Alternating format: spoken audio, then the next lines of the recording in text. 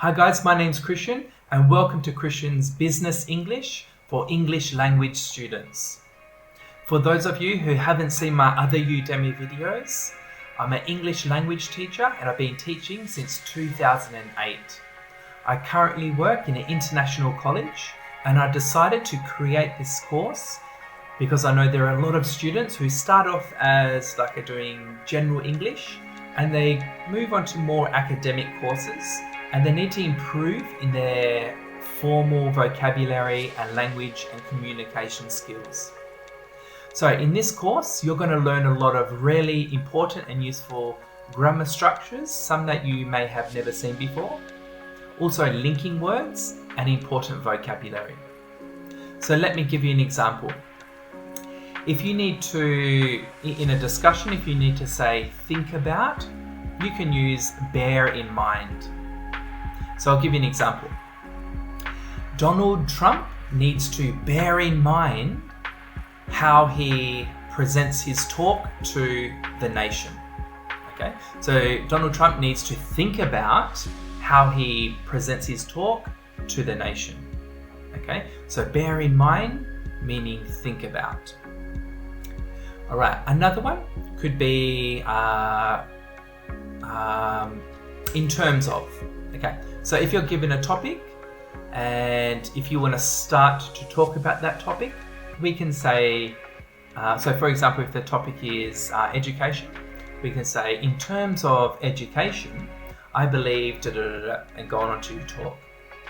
Okay, it's just a bit more of a formal way to open and start your talk, okay, or discussion about something, whatever the topic is, okay, food or global warming, okay, or companies. So in terms of companies, they need to do that. Okay. Another one is play a critical role. Okay, play a critical role. This means is very important. Okay, so I'll give you an example. Governments play a critical role in how people come together. So governments are very important in how people come together. Or another example, bosses play a critical role in how successful a company can be. So bosses are very important in how a business can be. All right. And one more, we can say if something sounds like impossible to understand, it is impossible to believe, impossible to understand, we can say unfathomable. So please repeat after me. This word is a little bit difficult to pronounce. So unfathomable.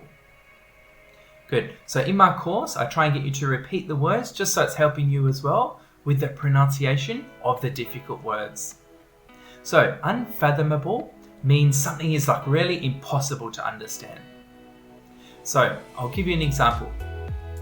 So we can say, it is unfathomable how Donald Trump acted after the elections. Okay, so it is impossible to think about how Donald Trump acted after the elections. Okay, so if something is like really crazy to think about, or it's like impossible to comprehend and understand, we can use unfathomable. So it is unfathomable how and then what happened.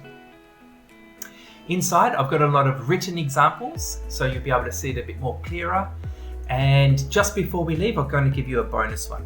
Okay, so instead of saying for example, we can use a case in point is. Okay, a case in point is. Because if you use for example, that's okay. It's kind of simple. Everyone knows that one. So what I'm trying to do is replace that simple vocabulary for something a bit more impressive. So I'll give you an example. America has had a lot of trouble.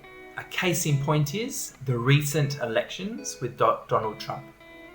Okay, so a case in point is meaning for example. Thank you so much, guys. We will learn a lot more on the inside. And if you need to improve that formal vocabulary and the linking words so that you can have a bit more of an academic conversation and discussion, then please join my course. Thank you. My name's Christian. I'll see you on the inside.